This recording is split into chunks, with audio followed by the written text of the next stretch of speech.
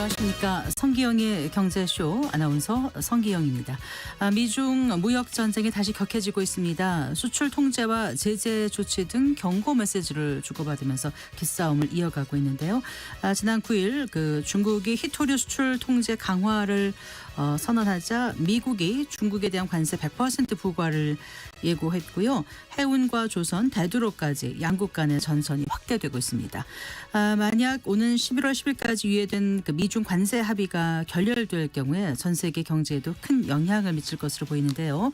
재점화된 미중 무역 전쟁의 쟁점은 무엇인지 살펴보고 앞으로 어떻게 전개될지도 전망해 보겠습니다. 최근 세계 각국이 국가부채 문제로 몸살을 앓고 있습니다. 경제 위기와 팬데믹을 거치면서 미국부터 프랑스, 일본 등의 국가 채무가 걷잡을 수 없이 커져버린 상황인데요. 올해만 국가부채가 1,300조 원이 넘는다는 우리나라도 비슷한 부채 문제를 안고 있습니다. 정부 빚이 급증하면 나라 경제에 얼마나 부담이 되는지, 또 재정 원칙을 지키기 위해서 무엇을 해야 할지 고민을 담은 책 소개해드리겠습니다. 이 시간 유튜브로도 함께합니다.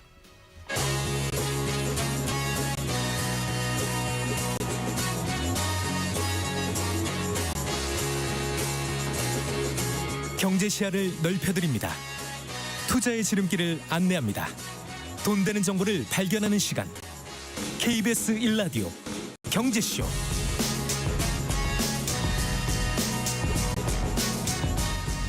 먼저 오늘의 주요 경제 뉴스 정리해드리겠습니다. 경제 뉴스 브리핑 손석우 경제평론가와 함께합니다. 어서 나오십시오. 네, 안녕하세요. 오늘 코스피가 널뛰기 장세를 보였습니다. 네, 이게 장중에는 사상 최고치도 경신을 했다가 이제 오후에 상승폭을 거의 다 반납했다가 상승 하락 반복하다가 결국 보합. 네. 으로 거래를 딱 마쳤습니다. 네. 코스피가 0.01% 상승 한 3,748.89. 코스닥도 계속 상승 하락 왔다 갔다 하다가 결국 하락세 0.68% 하락하면서 859.54에 거래를 마쳤습니다. 네. 수급은 외국인만 나홀로 매수였고요. 개인과 네. 기관은 매도 우위였습니다. 오늘 장이 왜 이렇게 널뛰기 장세를 보였냐? 일단 증시 상승에 대한 기대는 분명히 강하게 나타나고 있는데, 간만 미장이 좀 떨어진 것도 떨어진 거고, 떨어진 이유도 좀 찝찝한 부분이 있고요. 어떤 부분이요? 예를 들면 미국 지역은행의 부실 대출 문제가 다시 불거졌습니다. 예. 이게 이제 과거에 실리콘밸리 은행 사태를 기억하시겠지만 네. 그때의 어떤 공포심 이런 것들이 좀 다시 발현되면서 예. 좀 매도 심리를 부추기는 모습이었고요. 또 하나는 이제 관세 협상의 불확실성이 좀 겹친 모습이었습니다. 이 관세 협상과 관련해서는 현재 미국을 방문 중인 구윤철 경제부총리가 이제 트럼프 대통령의 설득에 대해서 좀 불확실하다 이런 입장을 밝히면서 이것도 좀 투자 심리의 일부 부정적인 영향을 미쳤던 것으로 보입니다. 네. 다만 이제 종목별로 보면 일단 등락이 좀 엇갈렸는데 정규장에서 반도체 투톱은 일단은 다 강세로, 삼성전자와 하이닉스 강세로 마감했습니다. 삼성전자 같은 경우도 굉장히 장중에 변동성이 컸는데 99,100원까지 올랐습니다. 역대 네. 최고가를 또 다시 하루 만에 갈아치기도 했다가 거의 상승 부분을 다 반납하긴 했습니다. 오늘 주목을 끈 섹터는 2차 전지였다고 봐야 됩니다. 네. 왜냐하면 이제 전기차의 캐즘이 끝나가고 있다 이런 기대감이 좀 불거지면서 네. 대장주 일단 에너지 솔루션도 3%대 강세였고요. 예. 오늘 그 양극재 업체죠 에코프로가 정말 많이 올랐더라고요. 27% 거의 상한가에 그래요. 준하는 급등세를 연출했습니다. 정부 협상단이 지금 미국에서 관세 협상 한창 진행하고 있는데 네. 이제 협상단을 이끌고 있는 고윤철 경제부총리가 트럼프 대통령 설득이 쉽지 않을 것 같다라는 네. 언급을 한 거예요. 네. 일단 한미 관세 협상 타결 기대감이 좀 커지고 있는 가운데 이게 우리 정부의 어떻게 보면 협상 수장이 한 발언이니까 민감하게 받아들일 수 있죠. 그러니까 그리고 이 말만 떼서 보면 네. 설득이 불확실하다고 그러니까 협상이 잘 안 되는 것 아니야? 물론 이렇게 생각하실 수도 있는데 전체 발언의 맥락을 보면 꼭 그렇지만은 않습니다. 일단은 어떤 말을 했냐? 네. 3,500억 달러 선불이 미국의 입장이다. 그런데 실무장관은 우리가 전액 선불 투자하는 게 어렵다는 이런 입장을 이해하고 있다. 그래서 얼마나 대통령을 설득해서 대통령이 이것을 수용하느냐 하는 부분인데 네. 이건 진짜 불확실성이 있다라고 말을 한 거고요. 예. 여기서 말하는 실무장관은 이제 스콧 베센트 미국 재무장관 이죠. 어제 구윤철 부총리와 관세 협상을 가졌고 이 자리에서 이제 대미 투자 선불 요구가 우리 입장에서는 외환시장 불안정성이라든지 이런 것들로 인해서 어렵다는 입장을 전달을 했고 행정부를 설득해달라는 요청을 이제 구윤철 부총리가 전달을 했고 이에 대해서 이제 베센트 장관은 충분히 설명하겠다 이런 긍정적인 답변을 받았다는 점도 전했어요. 네. 이제 이어 나온 질문이 그러면 베센트 장관이 선불 요구와 관련해서 이게 철회를 시사한 것으로 볼 수 있느냐 이런 질문도 나왔거든요. 그러니까 현재 상태 철회했다 안 했다 이야기하기가 어렵다. 그러니까 구윤철 부총리는 매우 마지막까지 신중한 입장을 드러낸 것으로 보입니다. 그러니까 지금 첫날 협상이 지금 끝난 건가요? 네, 그렇습니다. 네. 조금 더 자세히 얘기를 해주세요. 그러니까 워낙 민감한 상황이잖아요. 지금 극도로 말을 아끼는 모습이었고요. 하워드 러트릭 상무장관을 만난 거는 이제 김용범 대통령실 정책실장하고 네. 김정관 산업부 장관, 여한구 통상교섭본부장 이렇게 미국 상무부 청사에서 이제 러트릭 장관을 만나서 2시간 넘게 협의를 진행을 했는데 나와서 바로 이제 기자들 질문이 쏟아졌죠. 네. 진전이 있느냐 이 질문에 2시간 동안 회의를 했다고만 딱 답을 했어요. 현재로서 그리고 후속 협상을 속기할지 이런 여부 등은 아직 파악되지 않고 있는 상황인 거고. 네. 근데 이제 김 실장이 미국에 도착해서 사실 이제 되게 긍정적인 얘기를 했거든요. 그러니까 지금까지와 비교해 볼 때 한국과 미국이 가장 진지하고 건설적 분위기에서 협상 중이다. 이렇게 얘기를 하면서 협상의 진전이 있음을 시사를 하기도 했는데 이제 첫 협상 마치고 나서 기류가 또 미묘하게 지금 바뀐 거죠. 그러니까 정말 막판까지 결과를 알 수 없는 상황인 거고 역시 쟁점은 3,500억 달러 대미 투자 패키지 구성 방안이 될 것으로 보이고 일단 현재로서는 우리 정부는 이달 31일 이제 에이펙 정상회의 전까지 어쨌든 결과물을 도출하려는 목표를 갖고 있어서 이 부분을 좀 주목해서 보셔야 될 것 같습니다. 네. 근데 그 중국이 그 한국 조선사 우리 조선사의 미국 자회사를 제재 대상에 올린 걸 두고 미 국무부가 강력히 비판하고 나선 거죠. 네, 그렇습니다. 네. 미국 국무부는 중국이 최근 이 하나오션이죠. 하나오션의 미국 자회사를 제재한 것에 대해서 한국과 미국 간 조선 협력을 약화시키려는 시도라고 비판했습니다. 이어서 중국의 이런 행동은 미국의 동맹국가 파트너들과의 경제 협력 강화의 중요성을 재확인시켜 줄 뿐이며 한국을 강압하기 위한 중국의 오랜 패턴의 최근 사례다. 이런 설명도 덧붙였습니다. 그러면서 우리는 한국과 단호히 함께하겠다 이렇게 강조했습니다. 네. 한화오션은 한미 양국의 조선협력을 뜻하는 이른바 마스카 프로젝트의 대표적인 기업이죠. 최근 한화오션의 미국 자회사 5곳을 겨냥한 제재를 중국이 발표를 했는데 이에 대해서 어떻게 보면 트럼프 행정부가 비판적 입장을 밝힌 것은 이번이 처음이어서 주목되는 부분이고요. 미국이 우리나라와의 어떤 조선업 협력에 대한 의지를 다시 보였다는 것은 한미 간 이번 관세 협상에서도 어떻게 보면 중요한 신호로 볼 수 있겠습니다. 네. 자, 금값이 또 급등했죠. 네, 급등했습니다. 예.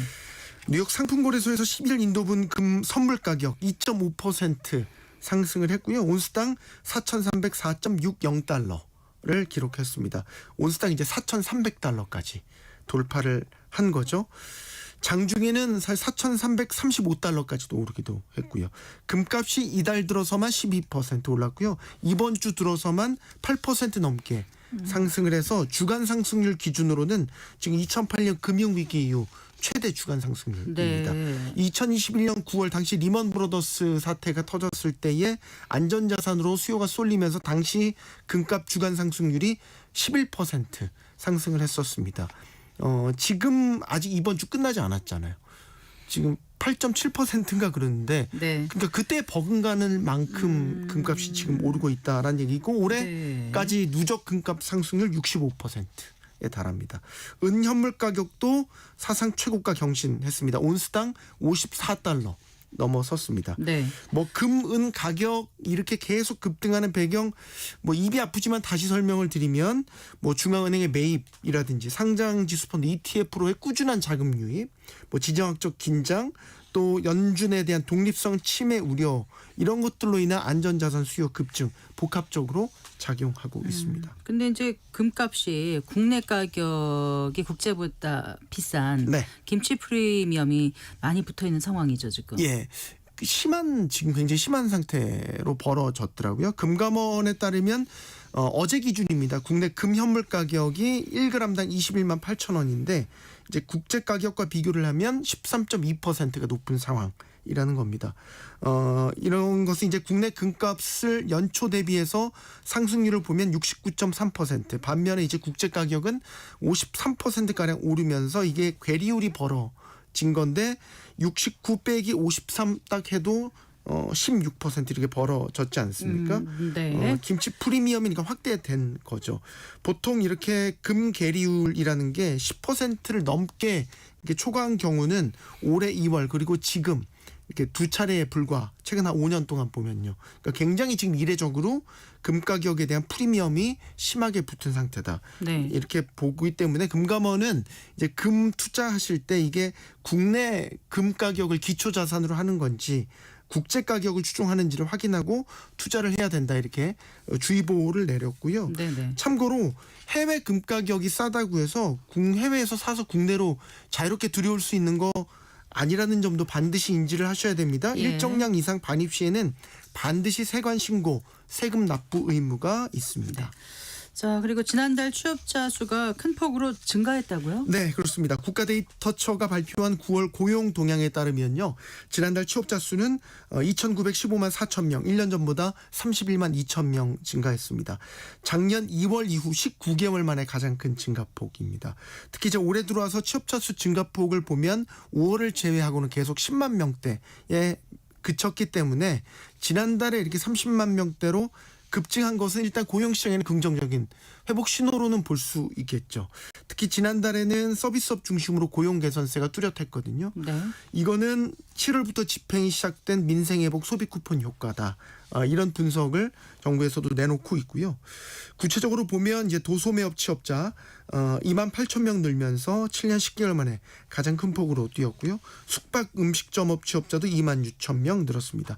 예술 스포츠 여가 관련 취업자 수도 7만 5천 명 늘어났고요. 사업시설 서비스업도 1만 9천 명 늘면서 22개월 만에 플러스로 전환했고요. 네. 반면에 우리의 고질적인 계속 고용 부진이 계속되고 있는 제조업 건설업 지난달에도 역시 감소세가 이어졌습니다. 제조업은 6만 1,000명 줄면서 15개월 연속, 건설업도 8만 4천 명 감소했습니다. 이건 이제 고용 시장의 긍정적인 신호로 취업자 수가 늘어나기는 했지만 분명히 한계는 있다라는 거죠. 아무래도 임용직이나 임시직에 좀 늘어난 숫자가 집중되면서 제조업이나 건설업 같은 양질의 일자리는 여전히 늘지 않고 있다라는 것. 네. 구조적인 부진은 여전한 것으로 볼 수 있고 네. 또 하나 이제 안타까운 건 청년층 고용 부진도 계속됐다라는 겁니다. 네. 연령별대로 보면 30대와 60세 이상에서만 취업자가 증가했고 다른 연령대는 다 취업자가 줄었는데 특히 15세에서 29세 사이 청년층 취업자는 14만 6천 명 줄면서 감소폭이 가장 컸습니다. 네. 잘 들었습니다. 고맙습니다. 감사합니다. 경제뉴스 브리핑 손석우 경제평론가와 함께했습니다.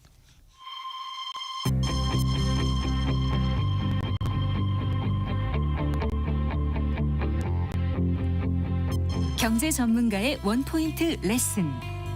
꼭 알아야 할 정보와 이슈를 알기 쉽게 풀어드립니다. 대한민국 경제 고수와 함께 투자의 맥을 짚는 KBS 1라디오 경제쇼. 진행의 성기영 아나운서입니다. 미국과 중국 간의 무역 신경전이 재점화되고 있습니다.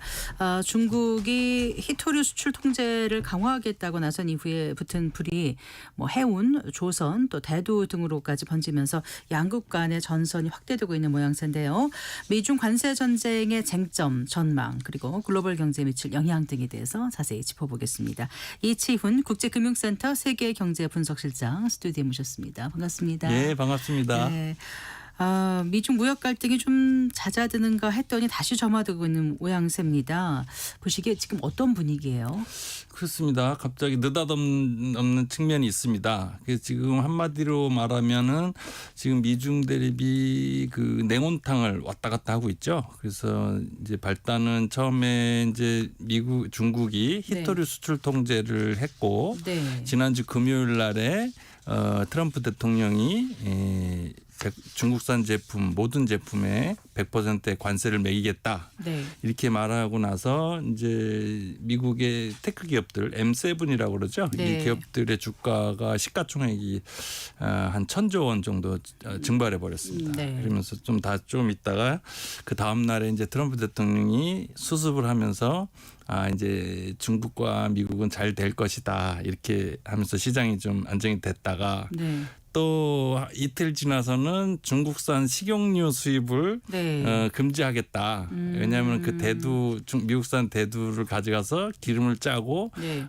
그 기름은 다시 미국으로 수출한다. 항공유로 많이 쓰이거든요. 근데 네. 그렇게 하면서 냉온탕을 정말 왔다 갔다 하면서 이제 널리 알려진 얘기지만 타코라고 있죠. 타코. 트럼프 always 치킨 아웃. 치킨 아웃. 네.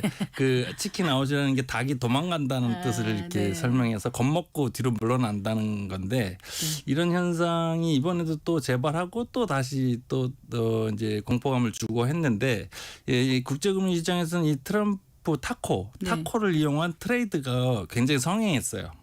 그래서 이걸로 인해서 돈을 많이 벌었습니다. 그러니까 타코에서 이제 트럼프가 겁을 주면 시장이 급락하고 그때 사서 다시 오르면 팔고 하는 그 수익을 이제 그 창출하는 그런 타코 트레이드가 성행했는데 어떤 품목을 중심으로요? 그러니까 뭐 어떤 주식이든 주로 테크 기업이겠죠. 네. M7 이런 그랬는데 이게 요즘에는 겁을 너무 빨리 먹어서 그 트레이드 할 시간이 없다라는 그 기사가 블룸버그에 나서 참 흥미있게 봤습니다. 네. 이번에는 그런 상황이 됐습니다. 너무 빨리 움직여서. 그러니까 지금 타코라고 생각이 든다라면은 이번에 지금 재점화된 무역 분쟁 이 크게 걱정할 만한 건 아니라고 보시는 건가요? 어떻습니까? 결론부터 말씀드리면은 사실 결론은 그렇습니다. 이번에도 또 타코 형식으로 그 마무리될 가능성이 높습니다. 왜냐하면은 네. 그 중국이 가지고 있는 그 영향력, 특히 히토류의 그 네. 파워가 우리가 생각하는 것보다 상당히 큽니다. 그래서 그 일반 수출에 대한 관세를 매기는 거는 성장이 둔화되는 영향을 미치지만 히토류의 경우는 이 산업이 멈춰버리거든요. 네. 과거 우리나라 요소수 사태에서 알 수 있듯이 맞아요. 산업이 멈춰버리는 효과이기 때문에 그 격이 다릅니다. 그래서 미국이 아직까지 그 히토류에 대한 그 대체제를 하지 못한 상황이기 때문에 또 중국의 입장에서도 상당히 미국과 지금 싸우기에는 부담스러운 상황이라 서로 공급망 의존도가 상호 의존적인 관계이기 때문에 어떤 일정 수준 최악으로 갈 상황은 가능성 높지 않고 네. 일정 수준 타협을 할 것 같습니다. 다만 이제 이 미중 간에는 지금 패권 경쟁이 반도체 기술과 히토류를 놓고 싼 이런 패권 경쟁이 뭐 구조적인 측면이 있어서 네. 뭐 단기 내에 해소되지 않고 점점 에스컬레이트, 점점 이렇게 확산될 수밖에 없는 그런 구조적인 문제점을 가지고 있습니다. 근데 애초에 그 중국이 지난 9일에 히토류 수출 통제 카드를 꺼내든 이유는 뭐예요?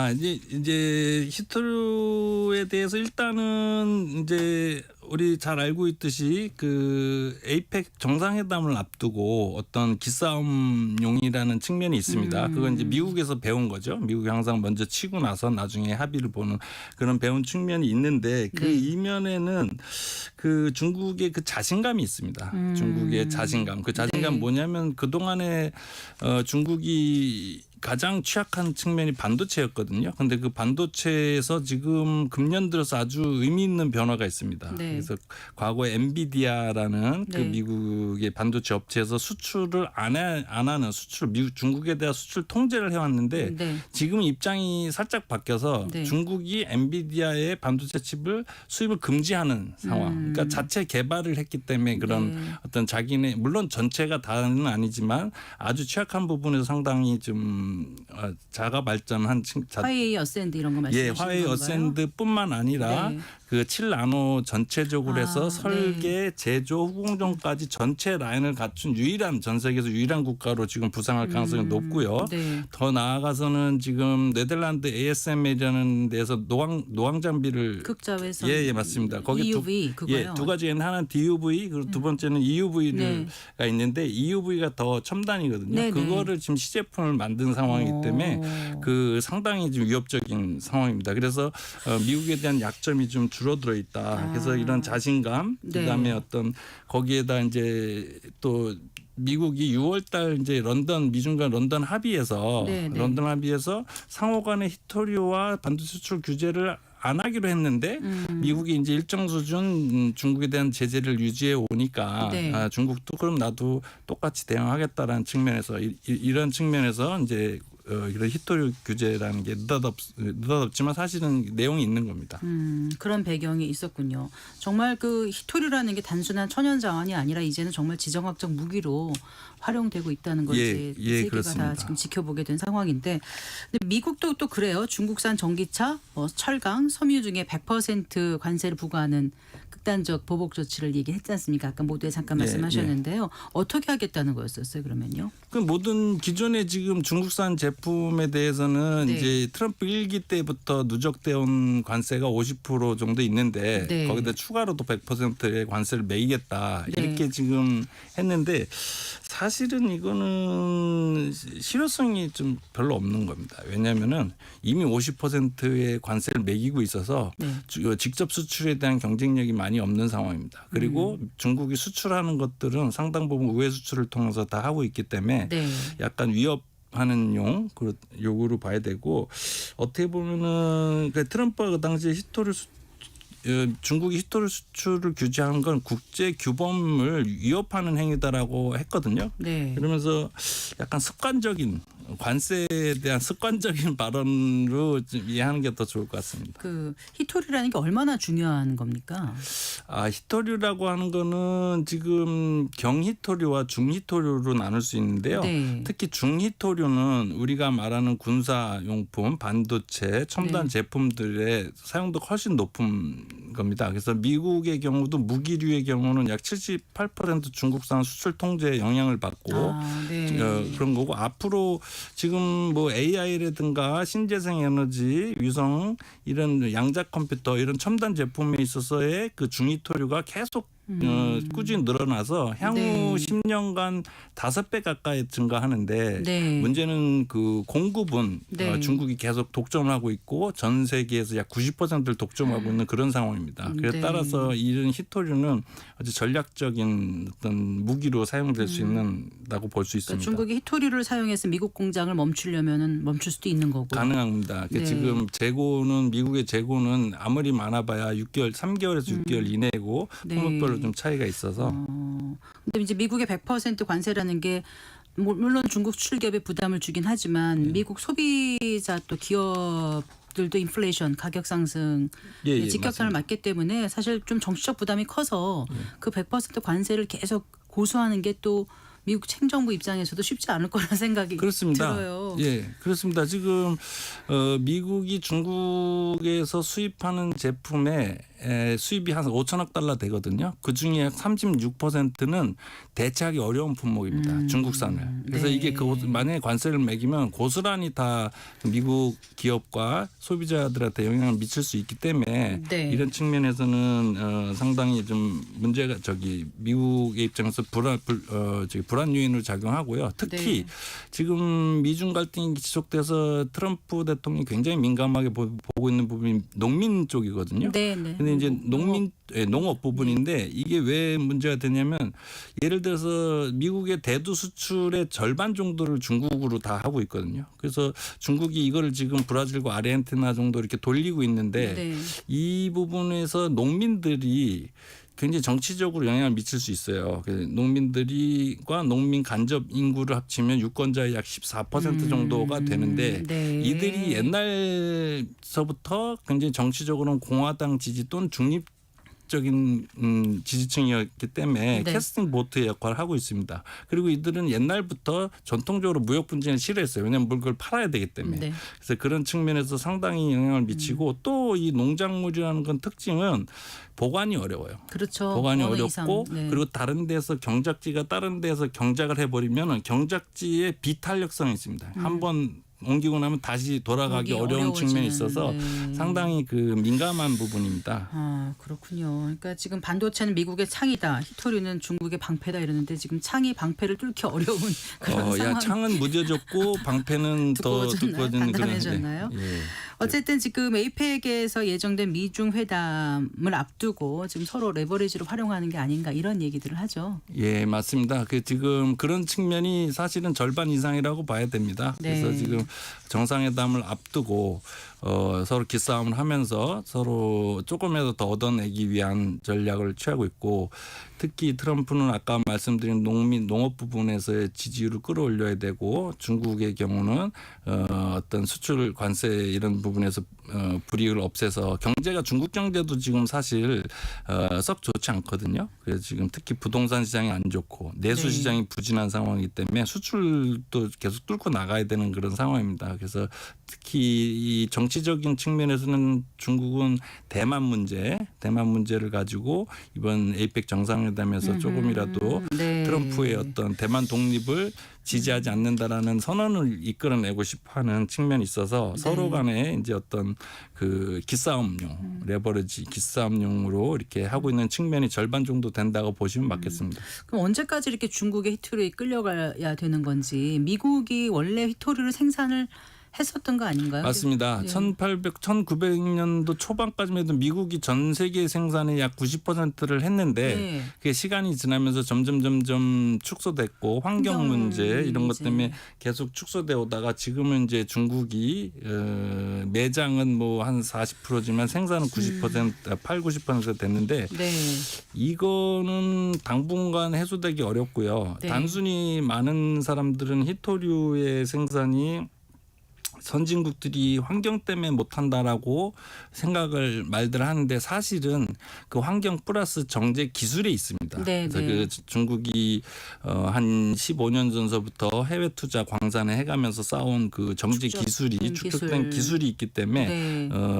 그게 쉽게 따라오지도 않고 한 적어도 10년 이상 걸린다고 좀 예상하고 있습니다. 90년대 미국이 정제 시설을 폐쇄한 게 지금 뼈아픈 실책이다. 맞습니다. 전략적 실수다 이렇게 생각을 할 것 같은데 예. 중요한 거는 이제 중국 정부가 히토류 수출 통제를 할 경우 첨단 산업에 미치는 영향이 크지 않겠습니까? 아까 그렇습니다. 말씀하신 대로 이게 미국만의 문제가 아니라 당장 이제 우리나라 또 전 세계 산업 전반에도 미칠 영향이 적지 않을 것 같은데 어떤 맞습니다. 볼 수 있을까요? 이 미중 우리나라의 경우는 그런 중국 히토류 의존도 또는 공급망 의존도가 미국의 2배입니다. 그래서 미국도 높은데 우리는 그거의 2배고 베트남을 제외하고는 전 세계 넘버원입니다. 그렇기 때문에 굉장히 히토류 부분에 있어서는 예. 그 내용을 좀 알고 중국과 어떤 그 대응을 해 나가야 되고 이게 미중 간의 갈등 속에서 파생되는 어떤 부작용에 대해서 굉장히 좀 섬세하게 정교하게 대응해야 됩니다. 그러니까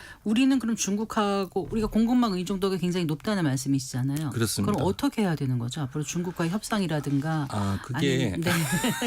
그게 좀 어려운데요. 예. 이제 어려운데 우리가 사실 한 4년 전, 4, 5년 전서부터 중국 공급망 의존도를 줄여야 된다는 게 정책 모토였어요. 네. 계속 그렇게 했고 저도 이렇게 주장을 해왔는데 한 4년이 지나고 나서 중국 공급망 의존도는 오히려 올라갔어요. 안 되는 겁니다. 잘.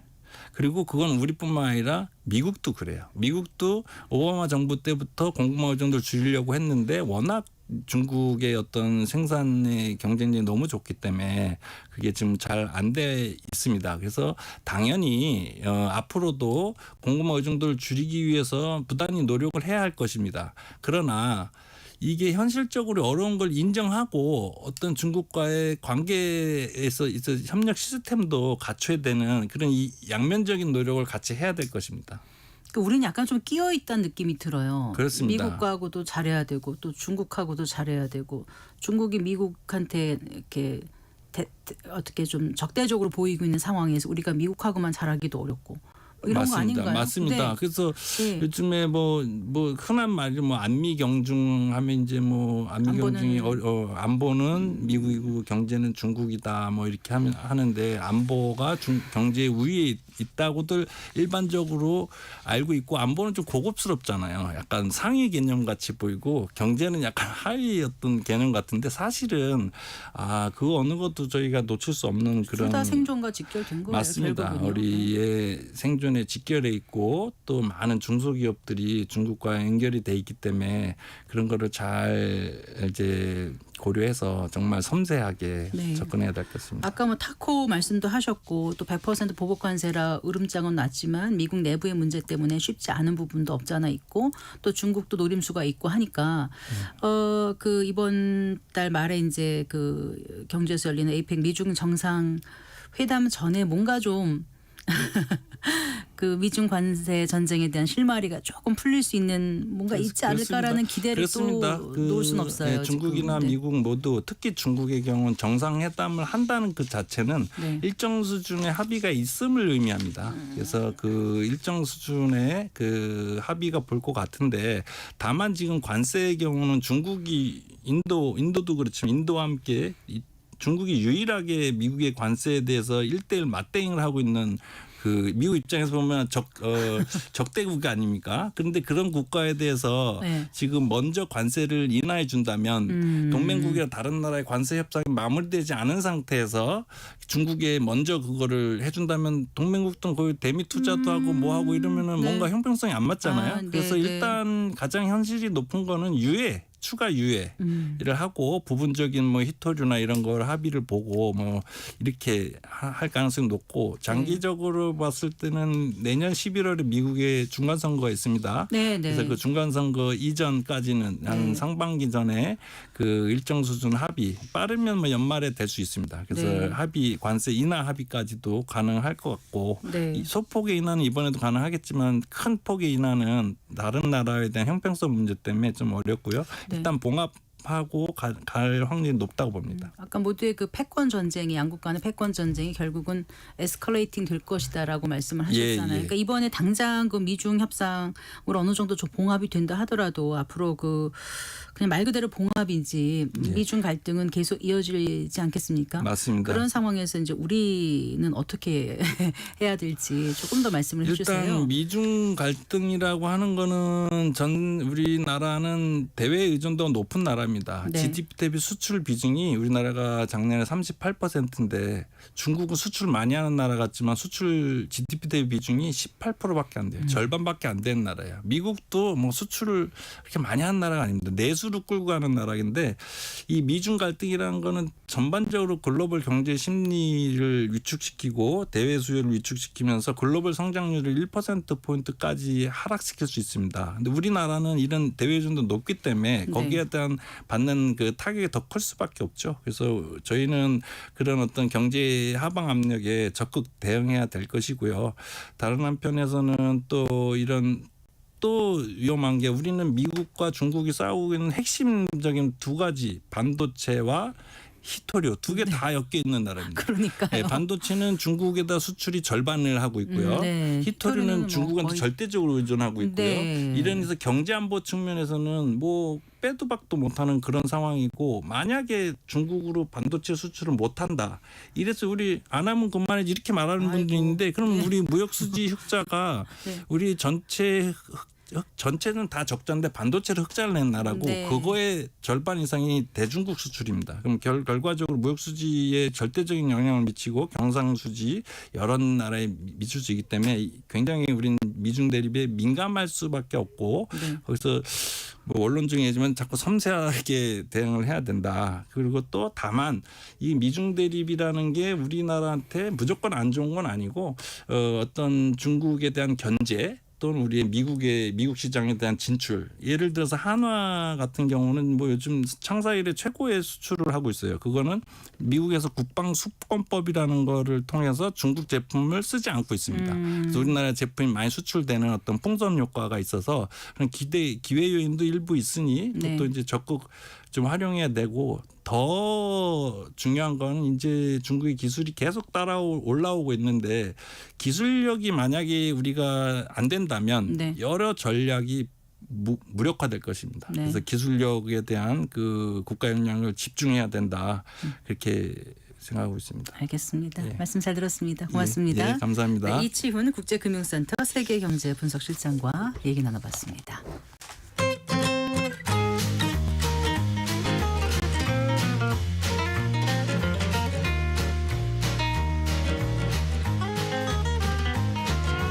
경제 맛집 투자 핫플. 지금은 돈 벌기 딱 좋은 시간. KBS 1라디오 경제쇼.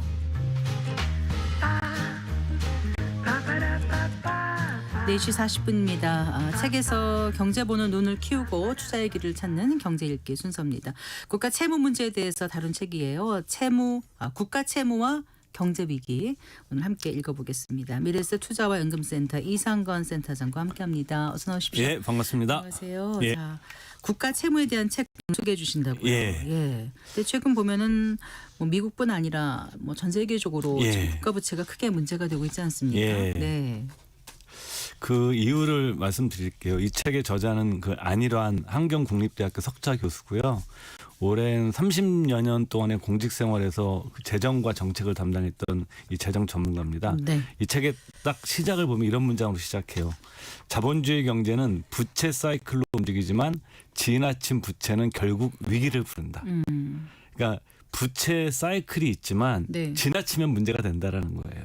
빚이 없이 할 수는 없지만 그쵸. 네, 지나치면 문제가 된다. 그렇죠. 그러니까 네. 우리가 뭐 개인도 마찬가지잖아요. 빚을 내 가지고 호화로운 생활을 하면 어느 수준까지 유지가 돼요. 그래서 어떤 임계점이 오면 그때부터 위기에 치닫는 거거든요. 이 저자는 그 국가 부채 문제도 마찬가지다. 이게 부채가 증가하더라도 어느 수준까지는 재정 운용이 가능하지만 네. 그 정부의 상환 능력에 대한 신뢰를 잃는 순간 네. 그때 크게 위기에 빠진다 이런 얘기를 하고 있고요. 지금 뭐 우리나라뿐만이 아니라 전 세계적으로 좀 국가 부채 문제가 그 굉장히 중요하게 된 이유는 2008년도에 금융위기가 있었잖아요. 그 금융위기가 왔을 때 그 금융위기를 극복하기 위해서 각 국가들이 확장적 재정 운용을 했습니다. 그때 이제 벤 베냉키 FRB 의장이 있을 때 헬리콥터 벤이라는 표현도 있었잖아요. 맞아요. 기억나요. 헬리콥터 타고 가서 돈을 뿌리겠다 달러를 뭐 이런 네. 표현도 있었던 시절인데 그리고 나서 또 한 10년 정도 지나고 나서 또 코로나가 터진 거예요. 코로나 팬데믹이 터지니까 이 두 시기를 크게 거치면서 국가 채무 비율이 굉장히 크게 늘어난 거죠. 아주 가파르게. 사실 그 전부터 늘고는 있었습니다. 지금 네. 더 가파르게 늘어난 거고. 뭐 이 책에는 그 여러 국가의 사례들이 나와요. 뭐 미국, 일본, 그다음에 항상 그 국가 부채 하면 말이 많이 나오는 지역들이 남미 국가들이잖아요. 네, 네. 이런 국가들도 소개를 하고 있는데 뭐 미국만 하더라도 지금 그 GDP 대비 네. 국가 채무 비율이 2차 세계 대전 이후 최고치입니다. 네. 그러니까 보통 국가 채무가 급증하는 게 전쟁 기간이에요. 왜냐하면 전쟁을 하려면 수밖에 돈이 없죠. 필요하니까 네, 그죠. 네. 근데 지금은 전쟁 기간이 아님에도 불구하고 네. 굉장히 높고 뭐 일본은 말할 것도 없죠. 250%가 넘어선 상태고 최근에 정치적 갈등이 많은 프랑스도 마찬가지고요. 네. 그래서 이 책은 국가 재정을 어떻게 봐야 되는지, 국가 재정의 개념은 어떤지, 국가 재정이 어떻게 운영되는지, 그다음 국가 채무는 어떻게 발생하고 그 돈을 쓰게 되는지, 인플레이션과의 관계는 어떤지, 이것 또 자산 시장에는 어떤 영향을 미치는지 해서 국가 채무 즉 부채 문제에 관해서 좀 이게 관료 생활을 오래 하셨던 분이기 때문에 정책뿐만이 아니라 그것이 이제 제도적으로 어떤 영향을 미치는지, 그리고 네. 나중에 현재 재정 문제를 어떻게 대해야 되는지 대책까지 조망하고 있는 책이라고 할 수가 있습니다. 네, 이분이 이제 위기에 강한 예산 전문가로 불렸다고 하던데 예. 지금 그 미국의 국가 채무가 얼마예요? 국가 채무 비율이 네. 37달러입니다. 네. 비율이 아니라 현재 금액이요. 네. 그래요. 일본 같은 경우는 지금 국가 채무 비율이 이제 250% 세계에서 가장 부채 비율이 높은 나라죠. 네, 예. 그래요. 가장 많은 나라입니다. 현재. 네. 일본. 다른 나라는 일단 그렇고요. 우리나라 상황을 좀 들여다볼까요? 예. 우리나라 채무 상황에 대해서도 자세히 지금 적혀 있습니까? 책에? 예. 네. 이거 당연히 많죠. 이 책에 주된 내용이 또 우리나라고요. 일본 같은 경우가 이제 GDP 대비 국가 채무 비율이 250%거든요. 우리나라는 현재 55에서 65% 수준이에요. 굉장히 낮죠. 그러니까 네. 숫자를 놓고 보게 되면 미국이나 뭐 일본 이런 나라들보다 훨씬 안정적이에요. 프랑스보다도 안정적이고. 근데 미국은 한 120% 되고 일본은 한 250% 되고 우리는 한 55에서 65% 수준이니까 문제는 속도입니다. 속도. 네.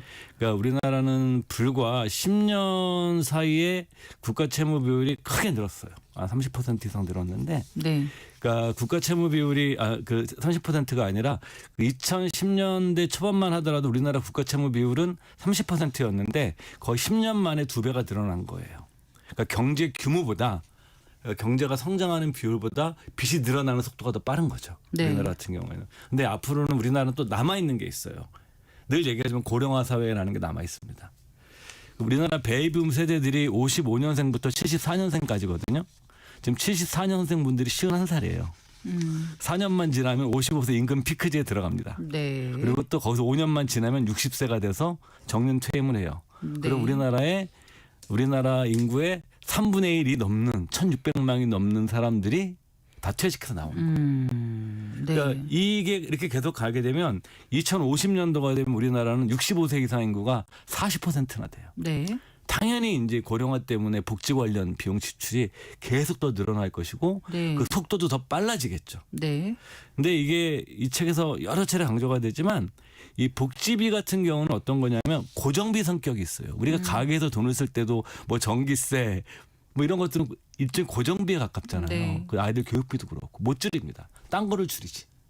그렇게 되면 이 뭐냐면 그 고정비는 계속 늘어나는데 네. 그 다음에 생산 인구는 줄어들잖아요. 15세에서 64세 인구의 생산 가능 인구인데 계속 줄어드니까 네. 그러니까 이게 악어의 입. 악어 입을 쩍 벌리잖아요. 뭐냐면 세출은 늘고 네. 세금을 받는 정부 수입은 세금이니까. 네. 근데 세입, 네. 수입은 이렇게 줄어드는 악어입 구조가 나옵니다. 현재 일본이 악어입 구조거든요. 우리나라는 지금 이제 악어입이 조금밖에 안 벌려져 있는데 갑자기 이제 시간이 가면 쫙 벌려지겠죠. 네, 결국은 이제 지출은 많이 늘어나고 세금은 줄어들 수밖에 예. 없는 구조적인 어떤 적자 상태가 적자는 아니지만 네. 현재 그런 가능성이 있다. 있고 속도가 너무 빠르다라는 거죠. 우리나라 같은 경우에는. 자, 그러면 이제 국가 재정의 관점에서 우리 앞에 놓인 위험 요인을 어떻게 저자는 분석해내고 이 책에서는 여러 가지 얘기하고 있는데 뭐 약간 반복되는 느낌이지만 5가지 정도를 여러분들에게 소개해드리려고 그러는데 첫 번째로는 경제 성장률이 떨어지고 있다. 뭐 쉽게 생각하시면 좀 거치는 표현이지만 경제 성장률이 떨어진다는 것은 돈을 잘 못 번다는 얘기예요. 쉽게 생각하면. 1963년도부터 91년도까지 우리나라 연평균 경제 성장률이 9.6%였습니다. 이건 세계적으로 그냥 이례가 없는 수준의 경제 성장률이었는데 네. 그러다가 조금씩 그 경제 성장은 낮아집니다. 경제가 성장을 하면서 92년부터 2011년도까지는 연평균 5.1%, 2012년 이후부터는 오늘날 우리 겪고 있는 거죠. 연평균 2%대. 네. 근데 이 성장률을 높일 수 있느냐? 높이면 돼요. 근데 높이가 어렵죠. 일단은 생산 인구가 줄어드니까 아까 말씀드린 것처럼 그러면 정부 세입이 줄어들면서 재정 적자를 확대시키는 요인이 되고 또 하나는 성장률의 감소는 GDP 대비 국가 채무 비율 이것이 이제 우리가 분자 분모잖아요. 분모가 작아지는 거니까 이런 것이 이제 안 좋고 두 번째 또 강조드리는 건 인구 구조 문제입니다. 인구 구조 문제. 그러니까 이 저출산과 고령화로 인해서 이 생산 인구가 감소하면 소비하고 투자가 또 줄어들어요. 네. 이런 문제가 있고 우리나라 인구 구조는 뭐 누누이 말씀드리지만 세계에서 가장 빠른 속도로 늙어가고 있는 나라입니다. 예, 2050년이 되면 아까 말씀드린 것처럼 65세 이상 인구가 차지하는 비중이 40%가 되고요. 이것은 또 굉장히 가파르게 진행되고 있고 세 번째는 연금, 건강보험 등 복지 지출이 증가하고 있죠. 네. 그러니까 고령 인구의 증가는 연금 지출과 요양보호, 의료비 지출로 이어지고 현재 우리나라 복지 분야의 지출의 증가 속도도 너무 빠르다라고 지적을 하는데 2018년도에 144조 6천억 원에서 2024년도에 242조 9천억 원이에요. 그러니까 144조에서 242조로 몇 년 만에 늘어난 거냐? 네. 6년 만에 100조 원 정도가 네, 늘어났어요. 근데 이게 예. 더 빨라지겠죠. 계속. 네 번째가 이제 지출 구조가 경직화됩니다. 그러니까 이 복지 지출뿐만이 아니라 여러 가지 이제 고정비가 있는데 국채를 더 많이 발행하게 되면 국채 이자가 있잖아요. 정부가 이자 못 갚으면 어떻게 돼요? 정부 파산인 거죠. 그러니까 이제 네. 또 대출을 받아가지고 이렇게 또 계속해서 롤오버 시켜야 해야죠. 되는 거죠. 네. 이것도 우리가 마음대로 못 줄이는 거거든요. 꼭 나가야 되는 이자 비용이니까. 그다음에 지방 이전 재원이라든가 뭐 이런 것들 자체는 일종의 경직성 비용이기 때문에 고정비 성격이 강해서 줄이지 못한다 이런 것도 많고 다섯 번째 지적하는 것은 포퓰리즘. 네. 포퓰리즘이죠. 이게 뭐냐면은 남미 국가들이 전형적인 사례인데 이게 정치권의 포퓰리즘 자체가 심해져서 현실적으로는 재정을 건전하게 가져가기가 잘해야 되지만 네. 이런 것도 이제 하나의 위험 요인으로 보고 있는 거죠. 근데 이제 국가 채무가 다들 증가했지만 많은 국가 중에서도 어떤 나라는 이제 경제 위기로 치닫고 그렇지 않은 나라도 있고 하거든요. 예. 어떤 점에서 차이가 있길래 이렇게 결과가 다를까요? 그래서 이제 관심 있게 보는 게 일본입니다. 네. 이 책에서도 여러 국가들을 소개하지만 제가 일본 사례를 가져가 왔는데 일본은 세계에서 현재 GDP 대비 국가 부채 비율이 제일 높은 나라예요. 근데도 일본은 왜 망하지 않고 유지가 되느냐? 라는 거죠. 이 저자가 분석하고 있는 것은 한 4가지 정도의 그 근거를 대고 있는데 첫 번째는 뭐냐면은 일본은 디플레이션이 일어났던 거예요. 네. 한 20년 넘게. 그러니까 디플레이션으로 기업들이 사업 확장을 위해서 투자를 못 하잖아요. 네. 물건 만들어 팔아봤자 그냥 가격이 더 떨어지니까. 그러니까 기업과 가게의 저축 대부분이 가장 안전한 그래도 그나마 국채? 그렇죠. 국채로 몰린 거니까 예. 국채에 대한 수요가 디플레이션 때문에 굉장히 풍부해진 겁니다. 아. 그래서 일본 재정 수입의 30%를 국채 발행을 통해서 하고 있는 거고요. 네. 두 번째 중요한 거죠. 이자율이 계속 하락했잖아요. 그럼 국채가 많이 발행되더라도 이자 비용이 많이 안 든다는 그렇죠. 거예요. 일본이 이제 80년대 이후 이자율이 하락했는데 어느 정도로 드라마틱하게 하락을 했냐면 1980년에 7% 수준이었는데 2020년도에는 1%. 실제로 그 당시에 일본의 1년 만기 정기예금 금리가 0.1%였습니다. 거의 제로예요 지금. 네. 그래서 나중에 제로 금리까지 왔으니까 국채가 많이 발행되더라도 그다음에 딱 롤오버를 하더라도 네. 이자가 거의 없는 거죠. 세 번째 이것이 굉장히 중요한데 일본에서 발행된 국채의 90%를 일본에서 가지고 있어요. 해외 투자자가 가지고 있는 게 아니에요. 네. 그러니까 이게 만약에 이게 해외 투자자들이 가지고 있으면 이 사람들이 불안해하면은 그냥 국가 위기가 오는 거거든요. 대표적 그리스 같은 경우가 그랬던 경우고요. 네 번째, 이것도 우리나라와 가장 큰 차이입니다. 우리가 앞으로 재정 문제 보면서 봐야 되는 거지만 일본 엔화는 네. 전 세계 무역 거래에서 15%를 차지하는 세계 3대 글로벌 통화입니다. 네, 네. 달러, 유로, 그다음에 엔화거든요. 우리는 아니죠. 예, 그러니까 결제 수단으로서 신뢰도가 여전히 유지되고 있다라는 거고 네. 우리나라가 만약에 일본식으로 간다.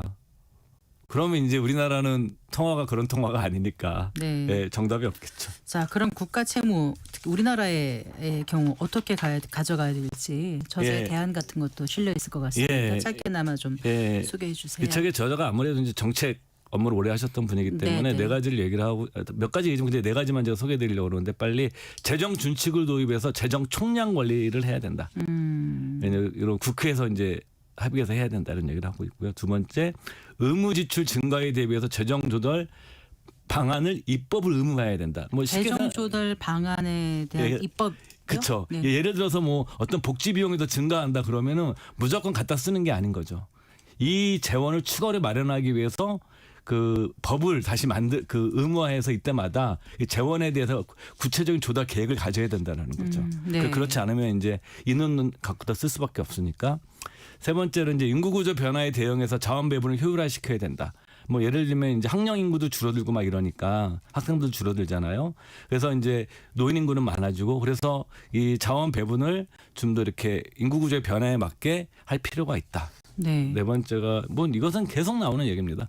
이 복지제도의 개편이에요. 그러니까 뭐 연금 개혁 같은 경우도 네. 건강보험 개혁도 마찬가지고 네. 그러니까 국민연금률 이번에 인상했잖아요. 9%에서 13%로 인상을 했는데 실질적으로 그다음에 이제 좀 더 내고 좀 더 많이 받는 소득 대체율은 좀 높였잖아요. 최근에 높였는데 사실은 지금 연금 전문가들이 이 저자뿐만이 아니라 네. 이것도 좀 부족하다고 얘기를 하죠. 네. 그래서 우리 연금 개혁에서 가장 중요한 거는 지속 가능성이니까 네. 그런 걸 바탕으로 좀 이 복지제도도 개편해야 된다 얘기를 하고 있는 네, 거죠. 지속 가능한 대한민국의 미래를 위해서 정말 지출 구조도 좀 개혁을 해야 되고 채무 관리 원칙을 잘 지켜나가야 네. 되지 않을까 하는 생각 해보게 됩니다. 잘 들었습니다. 예, 고맙습니다. BS 투자와 연금센터 이상건 센터장이었습니다. 마칠 시간입니다. 성기영의 경제쇼 오늘 순서 여기까지입니다. 아나운서 성기영이었습니다. 고맙습니다.